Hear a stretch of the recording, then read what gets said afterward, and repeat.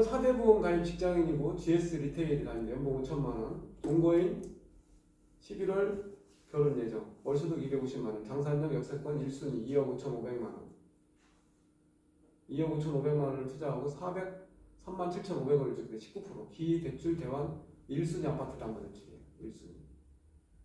자, 그래서 1순위로 2억 5,500 대출하고 3억 3천 150만 원 근저당 설정을 했어요. 자, 이건 담보 비율 85%를 했습니다. 1순위로 했어요. 1순위. 그리고 원리자 403만 7,500원 받았고, 여기 보니까 주변에 비고란에 보니까 S론 대부 대환하는 거, 그 다음에 기존 대출을 대환하는 거였어요. 월급은 380만 원, 동거인 월급 250만 원. 그래서 두 개 합치면은 630만 원이에요. 630만 원 가지고 400만 원 이자 내고 나머지는 본인이 생활할 수가 있다. 이렇게 가름해 볼 수도 있고, 세대수가 많다. 그러니까 주변에 편의시설이 다 갖춰져 있다. 이렇게 받아들일 수도 있죠. 그래서 여기 보면 등기부등본에 보면은 1순위, 2순위 이렇게 돼 있는데, 대출을 해준 거에 대출을 근저당 설정을 했어요. 이렇게 개인 근저당 설정. 그 다음에 이 대부중개업체가 이렇게, 그 다음에 나머지 돈 4,500이 없으니까 개인 근저당을 투자를 받아서 본인이 근저당으로 질권으로 들어갔어요. 이렇게 26에 26-1 부기등기로. 여러분이 지금 하고 있는 방법이죠. 이렇게. 그리고 전세권 500만 원은 최우선변제금 배제하기 이렇게 설정이 들어갔어요.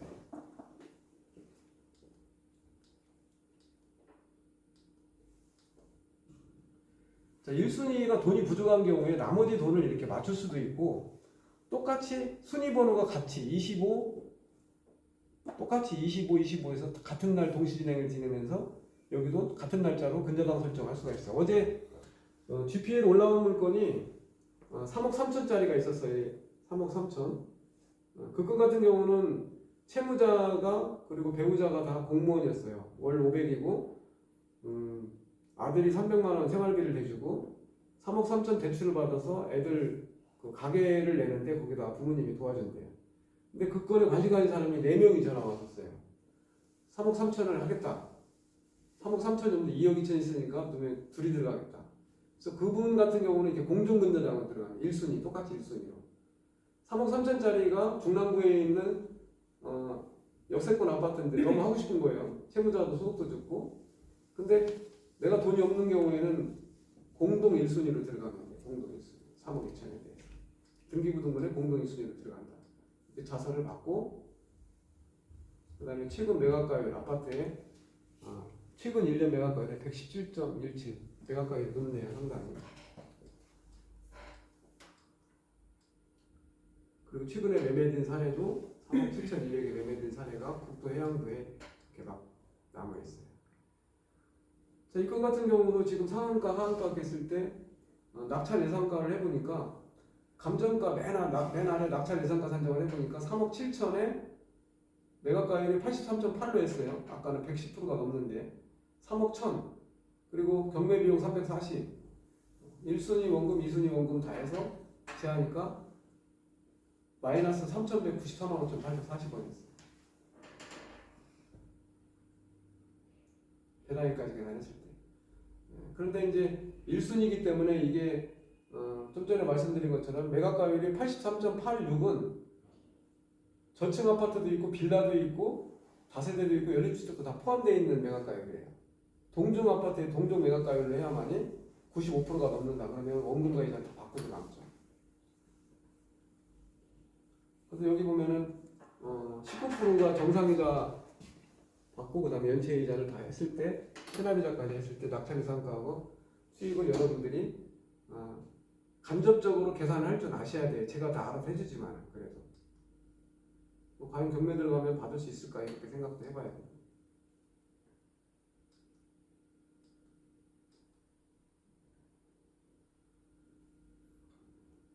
그래서 실제로 이제 여기 보면은 1순위가 이제 외환은행, 2순위도 외환은행에서 추가 대출 받아가지고 근저당 넥스젠 파이낸스 대부가 근저당 후순위로 대출했는데 이제 이자가 안 들어오니까 경매 신청을 한 거죠. 이 넥스젠 파이낸스가. 근데 여기 보면은 2천에 50만 원이 말소 기준 등기일이 2014년 6월 11일이에요 이때. 근데 이 후순위가 나갈 때 2017년 12월 11일 날 나갔단 말이에요 이렇게. 자, 여러분들이 이런 물건이 있을 때는 이런 물건을 하시면 안 돼요. 전세입자나 월세가 있는 경우는 하면 안 돼요.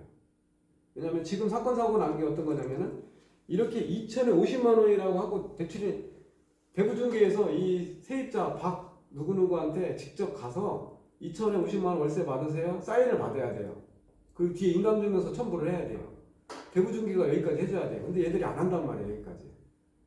그러니까 여러분들이 2,050만 원 대부중개 사인 받습니까? 인감증명서 첨부 됩니까? 이렇게 물어보셔야 돼요. 세입자 미동입니다. 그럼 대출을 하면 안 돼요.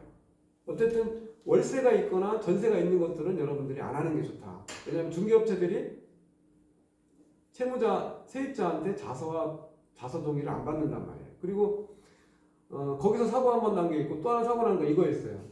2,050만 원이라고 대출이 나가서 2천만 원만 빼줬어요. 근데 이게 전세가 1억 3천이 있었어요. 그럼 전세권자가 우리 여기보다 먼저란 말이에요. 그럼 내 돈 원금 손실 나죠. 그래서 전세가 있는 것들은 본인 자필 미동인 경우에는 대출이 나가면 안 된다. 그리고 여기서는 이 넥스젠 이 외환은행이 말소 기준 등기일이니까 이 사람이 2014년 6월 10일이 말소 기준 등기일인데 자 경매에는 말소가 있고 인수가 있어요.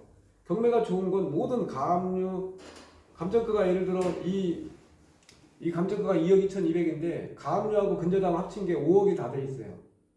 그러면 경매가 좋은 거는 5억이 다 말소가 된단 말이에요. 근데 인수되는 상황은 2014년 6월 11일 이전에 만약에 2014년 5월 15일 날 들어왔다. 그러면 이거는 인수예요, 낙찰자가. 이 사람이 배당 신청을 안 하면. 그러니까 낙찰 금액에서 이 금액까지 인수를 해야 되기 때문에 이 금액까지 포함을 해 주셔야 돼요. 자, 그런데 2014년 6월 11일이 말소 기준 등기임에도 불구하고 2016년 6월 15일 날 늦게 들어왔잖아요. 그러면은 외환은행의 근저당권보다 이 사람들이 먼저 받을까요? 늦게 받을까요? 최우선 변제니까 근저당권자보다 늦게 세입이 돼도 2천만 원을 먼저 배당받는단 말이에요. 그러니까 전세권 500만 원 설정을 해주는 거예요. 낙찰 예상가도 그렇게 빼주는 거고. 그럼 이렇게 되면 이 사람이 원금 손실이 있을 수가 있어요. 왜냐하면 여기에 대한 낙찰 예상가의 예상가 배당을 안 했다는 거지. 그리고 이제 NPL에서 배우겠지만은 이 2천에 50만 원의 월세를 이 사람이 배당 신청을 했어요. 자 그러면 배당 신청을 2천만 원 해줬어요. 그러면은 여기에서 이 월세가 보통 경매 끝날 때까지 제가 저번에 11개월에서 12개월 걸린다고 그랬어요. 2차에 낙찰이 된다고 할 때. 그러면은 이 사람이 2천만 원 배당 받는 거를 배당 이의를 하셔야 돼요, 여러분들이. 왜 이의 제기를 할까요? 월세를 안 내니까. 아 맞아요, 월세를 안 내. 여러분이 박 누구누구라면은 월세를 하고 있어. 내 집이 경매 들어갔어. 내 돈 못 받을까 봐 월세를 안 내, 이 사람이. 네. 그러면은 50만 원씩 1년이면 600만 원을 차감하고 1,400만 원만 배당 받아가야 된단 말이에요. 근데 이 사람이 650만 원을 다 받아가. 그럴 때 여러분들이 나는 월세 다 냈다. 그럴 때 여러분들 어떻게 대응하셔야 돼요? 사법보좌관의 경매계장한테 뭐라고 얘기해야 돼요? 이 사람이 한 2천만 원 배당 받았어. 배당표 예상. 근데 배당표를 달라고 그래. 그러니까 여러분들은 이 돈 지금 못 받잖아요, 다. 여러분들이 이의 제기를 해야 돼. 2천만 원 다 배당 못 받게. 1,000만 원만 배당해야 준다. 이렇게 얘기를 해야 돼. 그 근거가 뭐냐? 난 월세 다 냈다. 이럴 때 여러분 뭐라고 해요? 지금 확인서가 증거도 없어요. 그러니까 여러분들은 나는 아파트 소유자 최 누구누구한테 월세 미납된 걸 확인했다. 그러니까 당신이 월세를 냈으면 월세 낸 증명서를 가져와라. 이렇게 해야 돼. 그럼 사법부자관이 이 사람 월세 안 낸 게 맞구나. 그래서 1,000만 원, 1,400만 원, 1,200만 원밖에 배당을 안 해줘요. NPL에서는 이렇게 수익을 낼 수도 있어요. 월세 미납금 차감 수익 받는 것 제 책에도 써 있는데 여러분들이 여기라면은 최대한 이 사람이 배당을 적게 받아가야 되고 안 받게 해야 되는 게 맞죠. 그리고 원래 이 세입자가 2,050만 원 들어온 거는 뭔가 냄새가 나요. 왜냐하면 이 근저당 설정이 다 돼 있고 아파트 시세보다 높은데 월세가 들어왔다는 거는 분명히 이 계약서에는 공인중개사 계약이 안 돼 있고 쌍방계약으로 돼 있을 거예요. 여기서 먼저 영순위로 경매비용 차감하고 취득선 면제금 차감해주고 그 다음에 외환은행 차감해주니까 넥스젠 근저당 설정 이렇게 받았네요. 다는 못 받고.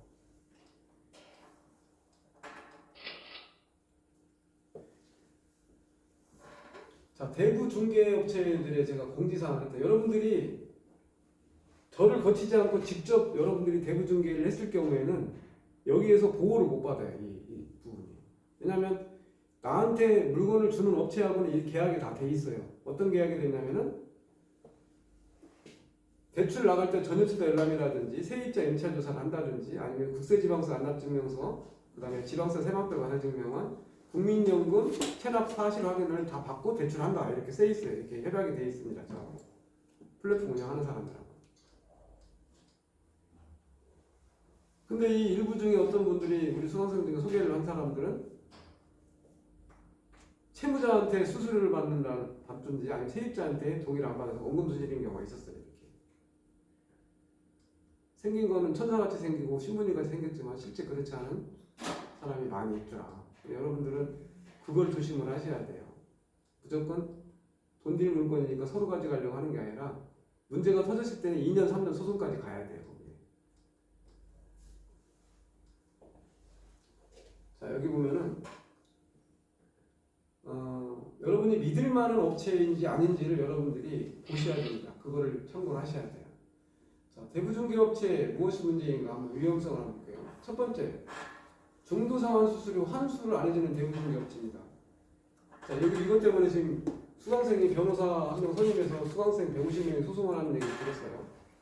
자, 여기는 4.4에서 수수료를 받습니다. 4% 이상 수수료를 받고 3개월 이내 상환이 돼도 수수료 환불을 안 해줘요. 우리는 한 달 이내 상환되면 수수료 다 돌려주고 2달 이내 상환되면 2% 그리고 2달 동안 이자를 받았죠. 중도상환 수수료 본인이 받아요. 그리고 3개월 이내 상환되면 1% 플러스 본인 3개월 이자 받고 중도상환 수수료를 투자자가 받아요. 손해보는 건 없어요. 투자자가 3개월 이내 상환돼도. 대출금이자 2, 3개월 연체이면 경매 신청을 해요. 왜 경매 신청을 할까요? 대부업체가?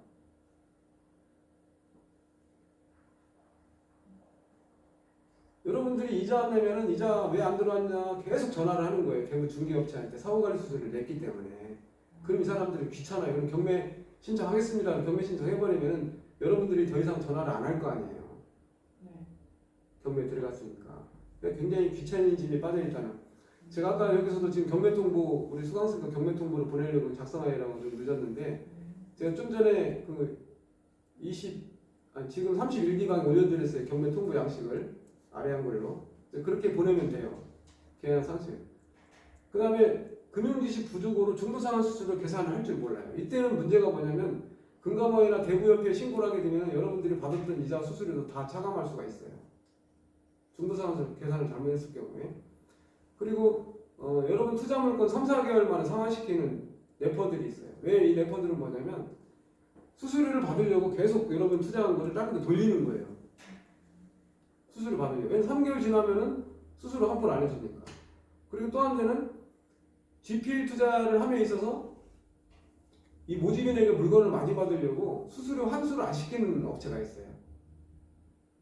이 모집인들이 수수료를 받았기 때문에 아까와 똑같이 한 달 이내에는 100% 다 돌려주고 2달 이내에는 2%, 3개월 이내에는 1%를 돌려줘야 되는데 그걸 아예 안 받겠다.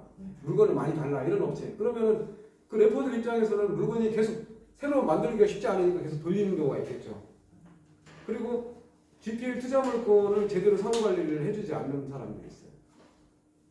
왜냐하면 수수료만 받으면 그러니까 약정 금리가 500만 원까지 3%, 500만 원 초과는 2.25밖에 못 받아요. 그러면 부가세 포함하면은 한 2.6 정도가 돼요. 이 이상 못 받으니까 상호 관리 수수료 명목으로 받는데 이것도 상호 관리 제대로 안 되면서 수수료만 받는다는 거죠. 그리고 대출 당일날 전입세율 확인 안 해서 사기를 맞은 경우가 여러 번 있었어요. 투자 물건 중에. 대출 나가는 당일날 전입세율 연락 확인하지 않는다. 이게 지금 약정서에 다 돼 있죠. 여러분들이 은행에 대출을 받으러 가면은 전입세율 연락 확인서를 떼오세요 이렇게 한단 말이에요. 구주소, 신주소. 근데 채무자가 가져온 거 말고 대출 나가는 당일날 금융기관 직원이 가까운 동사무소 주민자치센터를 방문해서 전입세율 확인서를 뗀단 말이에요. 본인이 또 다른 세입자가 있는지. 그리고 세입자 및 임차금액 본인 확인 안 하는 중개업체. 여기에 사기도 많이 지금 당하는 수강생들이 있습니다. 세입자한테 좀 전에 같이 2,050만 원 월세인데요. 자, 그것만 확인하고 전화도 안 하고 본인한테 사인 받고 인감증명서 첨부를 해야 돼, 세입자한테. 그걸 안 하는 거야. 얘. 근데 실제는 전세가 1억 3천이었어요. 원금 1억 7천 다 날라갔죠. 또 소송을 했어요. 소송은 50대 50으로 나왔어요. 투자자 50, 중개업체 50. 그러니까 이런 물건들이 여러분들이 지금 대출 나가는 것보다 중요하다는 내용이에요. 그리고 GPL 투자 물건의 잦은 대환을 유도하는 중개수수료 목적. 한 4개월, 5개월, 6개월 지나면 전화해, 채무자한테. 돈 더 필요하지 않으세요? 금리가 너무 높지 않으세요? 이래서 다른 데로 유도를 하는 업체들이 많이 있단 말이에요, 지금. 그리고 근저당권 설정 당일 등기부등본 연락을 해야 돼요. 법무사님이 당일날 근저당 설정 접수를 해요. 할 때 하기 전에 등기소에 가면은 그 기계로 등기부등본 연락하는 게 있어요. 그걸 연락을 하면은 바로 나오는데 이거를 하지 않아서 당일날 가압류가 되어 있는데 근저당 설정 접수를 했어요. 이래서 원금 일부 손실이 난 사람도 있어요. 지금 중개업체들이 한두 개 문제가 있는 게 아니에요. 그 다음에 대출 채무자의 소득정보 유자격자여야 되는데 무자격자를 유자격자로 소개하는 사람도 있죠. 그렇게 해서 투자를 유도하는 거. 그리고 전세권자 전자 확인 필수고 그 다음에 GPL 투자 과실로 손실 발생 시 세금을 회피하는 업체. 그 다음에 채권 심사 및 소홀로. 자, 오늘 좀 전에 여러분들이 주의하게 보면 이거 채권 심사입니다. 채권서류 심사. 이 부분을 한번 살펴볼게요. 이래서 저는 중개업체 이게 제가 만든 양식으로 받았어요. 저한테 물건을 주는 업체한테는 대출 나가는 당일 전입세 연락 및 등기부등 연락, 가압류, 선순위 배당에 있는 채권에 대해서 확인하지 않았을 때 니들 책임이 있다, 중개업체. 그 다음에 대출 채무자의 본인 자산 확인, 전세권자 확인. 채무자가 사기 목적으로 인감증, 신분증을 위조를 했어요. 다른 사람 담보도 제공을 했어요. 그러면 대출 원인 무효에 대해서 내 돈 다 날아가는 거예요. 그리고 전세권자 전세금 확인해야 되고, 그 다음에 채무자의 소득 정보가 부정확하고 이자가 체납되는 경우도 있고, 그 다음에 믿을 만한 대부업체인지 대부 중개업체인지 이것도 다 확인하지 않았을 때 이 플랫폼을 오동하는 원금 수수료의 모든 책임은 다 너희들에 있다. 내가 이렇게 확약서를 받아놨단 말이야, 계약서는. 대부업은 우리 등록 조건이 대한대부협회에서 교육을 받고 수료증을 가지고 법무사에 법인 등기를 한 다음에 구청 지역경제과에 가서 등록증, 중개업 등록증 나오면은 세무사에 가서 사업자를 내면 됩니다. 자, 다음 시간에는 이제 개인 사업자가 1,000만 원짜리 사업자고 5천만 원 대부 사업자를 인건비, 경비 처리하는 뭐 실무적인 거를 말씀을 드릴 겁니다. 한번 보시고 여기 보면은 대부업 등록 신청서, 교육 신청서, 그다음에 임대차 확인 주소, 그다음에 가족관계 증명은 통신사 가입 증명서 이게 쓴 다음에 이제 대부 등록증을 내시면 돼요.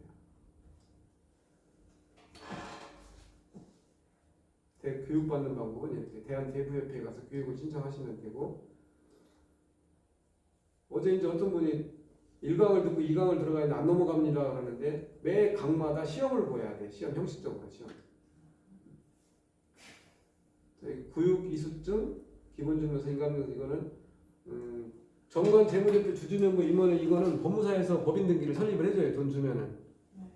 아까 이제 오셨던 분은 일산에 사시는 분은 본인이 임의적으로 다 만들었어요. 법무사를 통하지 않고 이런 경우도 있어요. 자, 보험 가입 증명서도 필수 이거 하셔야 돼요.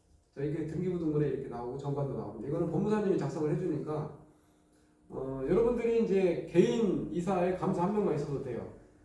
근데 사대보험이라든지 아니면 인건비 경비를 떼려내면 보통 남편이 대표이사 아니면 부인이 대표이사하고 가족명의로 이렇게 해줘서 인건비를 처리를 하죠. 인건비 사대보험 처리를 하고 그리고 경비도 거기에 처리를 합니다. 이거는 다 법무사님이 다 작성해 주는 거니까 월세 계약서가 있어야 되고. 자, 대부 등록증이 이렇게 나와요.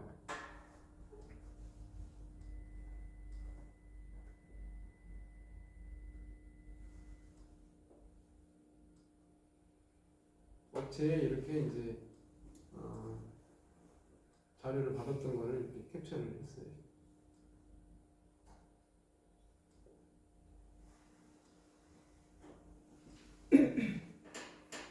자, 위탁계약서도 이렇게 만들었어요. 플랫폼 운영할 때 나이들이 해야 될 관리를 다 한다는 거를 계약서를 받아놨습니다. 자, 이게 어제 투자가 된 건이에요. 어제. 자, 중개업체의 강과에서 조세채권의 함정. 자, 채무자 황현씨고 대출금 4,100만 원에 담보비율 74에 12개월이었습니다. 1, 2, 17%에 58만 834만. 자, 여기서 중도상환 수수료는 얼마일까요? 중도상환 수수료는 얼마 받을 거예요, 여러분들이? 지금 17% 나갔는데. 3%. 네, 3%. 지금 법정 최고이자가 20%니까 20에서 현재 약정금이 17%니까 3%고 18%였다면은 20에서 18을 뺀 2%가 중도상환 수수료 여러분이 받는 건이에요. 자, 근데 중도상환 수수료를 여러분들이 잔액에 대해서 다 받는 방법이 있어요. 왜 그러냐면 연 20%만 넘지 않아도 되기 때문에 그쪽 여러분들이 지금 6개월 만에, 아니 4개월 만에 상환이 됐어요. 그러면 4,100에 3% 중도상환 수수료를 받았어요. 123만 원을. 근데 이 사람이 저쪽 대부업체에서 얘기를 해주는 거예요. 사용기간만 받게 돼 있다. 그러니까 이럴 때 여러분들은 우리는 대출 나간 지 얼마 안 됐기 때문에 연 20%가 넘지 않는다. 잔액에 대해 3% 주십시오. 이렇게 하시면 돼요. 잔액에 대해서. 자, 등기부등본 이렇게 돼 있습니다. 이렇게 등기부등본 돼 있고. 자, 저는 78.38, 27,8평형. 그 다음에 여기 보니까 여기서 한번 여러분들이 주의할 점을 한번 보세요. 자, 소유권 이전 담보가등기가 있어요. 자, 가등기에는 채권 가등기가 있고 담보 가등기가 있는데 채권 가등기는 내가 받아야 될 채권을 못 받았을 때 채권 가등기. 채권 가등기는 금액이 얼마인지 확실히 나와요. 가등기 할 때. 근데 담보 가등기는 금액 설정이 아니라 낙찰이 돼도 본등기를 해버리면 낙찰자는 의미가 없어요. 본등기로, 그러니까 원인모로 인한 경매 취소.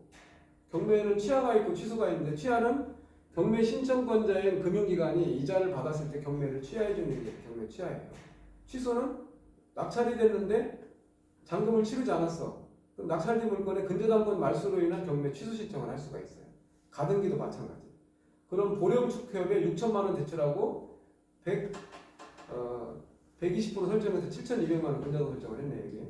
자, 후순위 취득 신청자의 자살을 받았어요 이렇게. 여러분이 주의할 점이 이거예요. 여기서 대출금 전화번호를 4개 이상은 따놔야 돼. 4개. 왜 4개 이상 따놔야 될까요?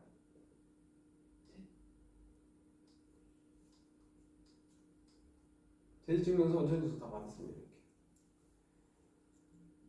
여러분이 채무자가 연락을 안 받으면은 답답해하는 거예요.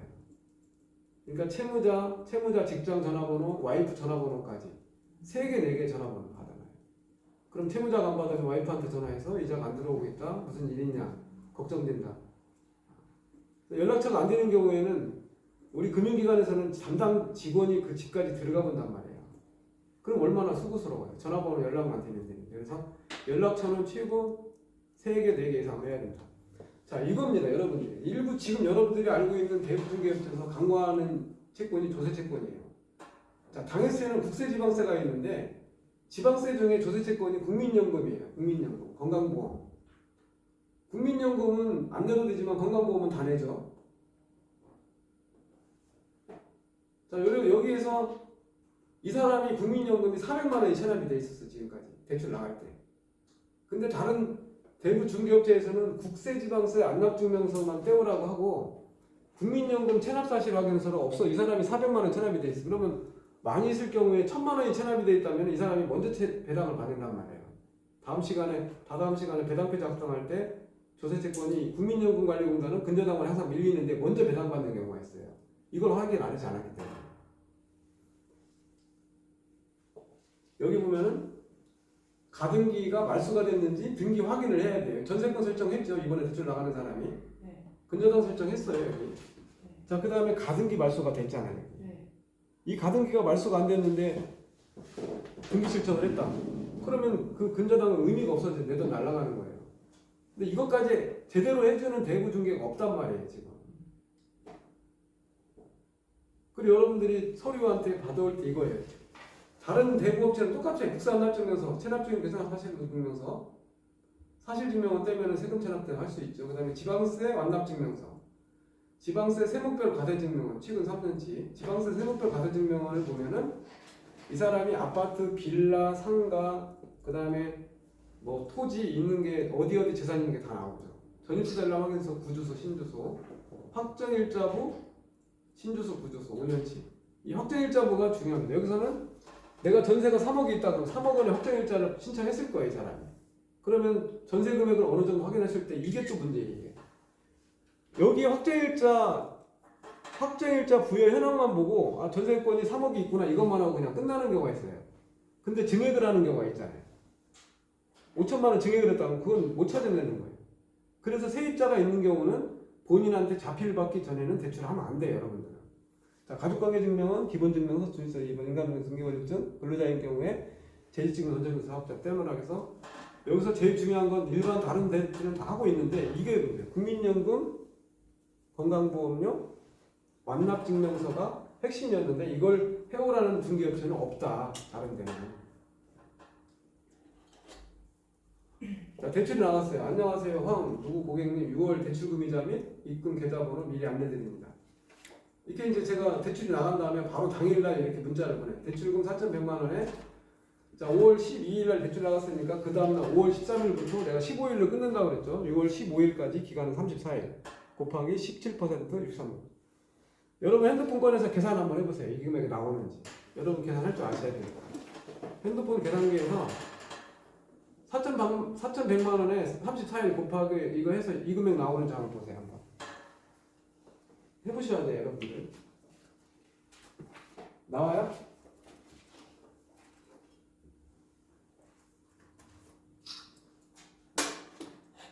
곱하기 4,100만 원 곱하기 34 나누기 365 곱하기 17%. 네, 나와요. 네, 4,100만 원 나누기 365 곱하기 34일 곱하기 17%. 아무렇게 해도 돼요. 네. 자, 여기 안내장에 2020년 5월 12일, 2023년 5월 11일, 1년치를 하루 전날 이렇게. 그리고 중도상환 수수료는 3%, 1년 이내 상환시. 제가 채무자한테 이렇게 문자를 보내요. 당일날 돈 나갔을 때. 미리. 네. 그리고 14일 날 또 한 번 문자를 또 보내요. 6월 14일 날 문자를 또 한 번 보내면 이 사람이 입금을 시킵니다. 그리고 계좌번호 입금 확인서. 계좌번호 금액 얘기해 주는 거. 왜냐하면은 은행에서는 금융기관에서는 자동이체를 시키기 때문에 통장에 돈만 넣으면 자동이체로 빠지잖아요. 근데 여기는 자동이체가 안 돼 있어요. 자동이체 인척이 안 돼 있기 때문에 계좌번호를 명시를 꼭 해줘야 된다. 자, 여기서 여러분 핵심입니다. 이게. 매달 저렇게 하면 얼마나 이게 스트레스 받을까요? 그거 안 하셔도 돼요. 제가 다 해드려요. 그러니까 그냥 물건만 선택하시면 돼요. 이거는. 그러니까 여기는 투자자가 할 게 아무것도 없어요. 나머지 다 해주는 거예요. 이거를 자서까지 다 해주고 채권 심사까지 다 해주고 사무관리까지 다 해주는 거예요. 자서 받아서 집에 등기로 보내주는 것까지 다 해주는 거예요. 자, 여기서 핵심은 이거예요. 추가 대출 및 대출금 이자 등 기타 문의는 연락. 자, 추가 대출입니다. 추가 대출. 이게 빨간 글씨로 써놨어요. 이게 중요한 거예요. 이거 하나로 여러분들은 수강료 빼는 거예요. 왜 그러냐면, 자, 이 건이 다음 건에 내가 말씀드릴게요. 다음 건 같은 경우도 이 사람이 600만 원이 필요한데 나한테 얘기를 하지 않고 다른 대부업체에 또 얘기를 해버렸어요. 4개월밖에 안 지났는데. 네. 그러면 나는 상환시키고 또 투자할 때 수수료 나 또 줘야 되잖아요. 그렇지. 근데 추가 대출이 가능하다고 했으면 나한테 연락이 왔을 거란 말이에요, 이 사람이. 네. 그러면 담보비나 이자 잘 내는 거 보고 내가 해줘도 되잖아요. 담보 잡고 해줘도 되지만 신용으로 해도 신용으로. 저는 신용으로 해주고 있어요. 인증서나 공인 그 확약서를 가지고 이따 그것도 보여드릴게요. 그래서 추가 대출 및 대출금 이자 등 기타 문의는 누구에게 연락을 주세요. 이렇게. 대표라면 이 사람들이 대표 부담스러워하니까 여기 이사나 팀장, 과장 이렇게 해서 이게 핵심이었다. 추가 대출 이게 이제 내가 대출금 안내장을 보내는 거예요.